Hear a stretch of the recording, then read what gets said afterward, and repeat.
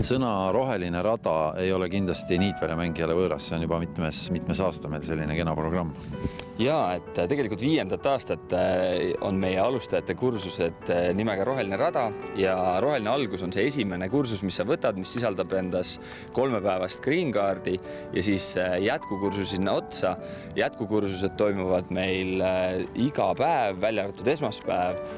On treeningud, kus sa saad siis ise ennast kirja panna ja liituda, et kokku sa saad käia 5 treeningul, harjutada siis golfilööki ja lühimängu meie proodega. Sellest aastast on uuendus see, et lisaks treeningutele, pärast treeninguid on meil inimestele appi palutud juhendajad, kes tulevad ja aitavad neil pärast treeninguid siis iseseisvalt mänge ja selliseid väikeseid võistlusi teha. Et see treeningpäev neil siin jätkukursuse raames ei ole ainult mitte see 1,5 tundi, mis see treening kestab, vaid on tegelikult oluliselt pikem, et minnakse paar 20 mängima, tehakse puttamis mingeid mänge, tehakse lühimängu raja peal mänge, et just see inimese aeg, mis ta Niitväljal veedab, sisustatud on oluliselt pikemalt. Ma saan aru, et kuna me rääkisime eelmine nädal noorte treeningutest, siis roheline rada on mõeldud siis kõikidele. Jaa, roheline rada on mõeldud alates 14. eluaastast kõikidele, kes tahavad golfiga tutvust teha.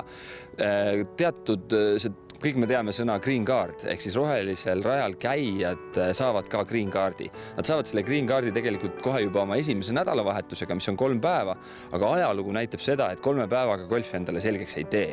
Ja seetõttu me oleme selle kursuse teinud palju pikemaks ja lisanud sinna siis lisaks jätkutreeningutele tegelikult ka mentorringid, kus see mängija, kes meile tuleb, läheb koos kogenud klubimängijaga 2 korda väljakule reaalselt seda mängu proovima.